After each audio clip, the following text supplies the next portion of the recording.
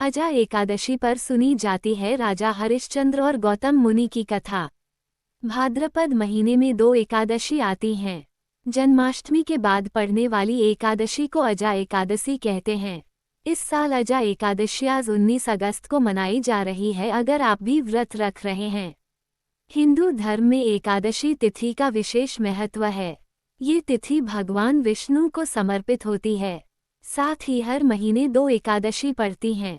वहीं यहाँ हम बात करने जा रहे हैं अजा एकादशी के बारे में। भाद्रपद माह के कृष्ण पक्ष की एकादशी यानी 11 को अजा एकादशी का व्रत किया जाता है। इस दिन का व्रत करने वाले व्यक्ति को अश्वमेध यज्ञ का फल प्राप्त होता है। इस साल यह व्रत 19 अगस्त को रखा जाएगा। इस दिन भगवान विष्णु की विशेष पूजा करने का विधान है। वहीं इस दिन व्रत कथा का पाठ भी जरूरी होता है, वरना व्रत अधूरा माना जाता है। आइए जानते हैं इस व्रत कथा के बारे में।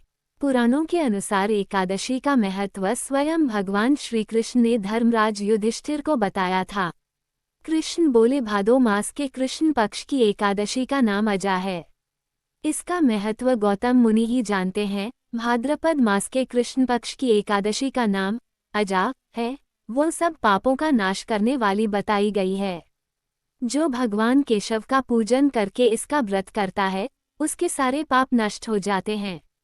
पूर्वकाल में हरिश्चंद्र नामक एक विख्यात चक्रवर्ती राजा हो गए हैं, जो समस्त भूमंडल के स्वामी और सत्य प्रतिज्ञा थे।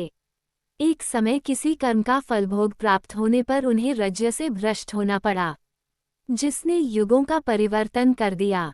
कथा के अनुसार सूर्यवंश में राजा हरिश्चंद्र अयोध्या में हुए थे। उनके द्वार पर एक श्याम पट लगा था, जिसमें मणियों से लिखा हुआ ये लेख था, इस द्वार में मुंह मांगा दान दिया जाएगा। राजा ने अपनी पत्नी और पुत्र को बेचा, फिर अपने को भी बेच दिया। पुण्यात्मा होते हुए भी उन्हें चांडाल की दास्ता करनी पड़ी। वे मुर्दों का कफन लिया करते थे। इतने पर भी नृपश्रेष्ठ हरिश्चंद्र सत्य से विचलित नहीं हुए। इस प्रकार चांडाल की दास्ता करते उनके अनेक साल व्यतीत हो गए। इससे राजा को बड़ी चिंता हुई। वे अत्यंत दुखी होकर सोचने लगे, क्या करूं, कहाँ जाऊं, कैसे मेरा उद्धार होगा। इस प्रकार चिंता करते करते वे शोक के समुद्र में डूब गए। राजा को आतुर जानकर कोई मुनि उनके पास आए। वे महर्षि गौतम थे।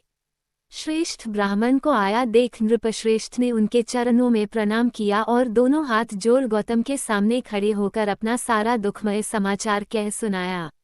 राजा की बात सुनकर गौतम ने कहा, राजन, भादों के कृष्ण पक्ष में अत्यंत कल्याणमयी अजा नाम की एकादशी आ रही है, जो पुण्य प्रदान करने वाली है।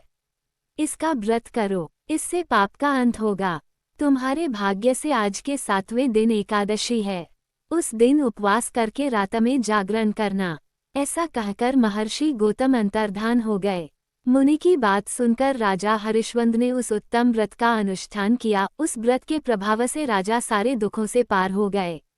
उन्हें पत्नी का सन्निधान और पुत्र का जीवन मिल गया। आकाश में दुंदुभियां बज उठी, देवलोक से फूलों की वर्षा होने लगी। एकादशी के प्रभाव से राजा ने अकंटक राज्य प्राप्त किया और अंत में वे पुरजन तथा परिजनों के साथ स्वर्गलोक को प्राप्त हो गए। राजा युधिष्ठिर, जो मनुष्य ऐसा व्रत करते हैं, वे सब पापों से मुक्त हो स्वर्गलोक में जाते हैं। इसके पढ़ने और सुनने से अश्वमेध यज्ञ का फल मिलता है।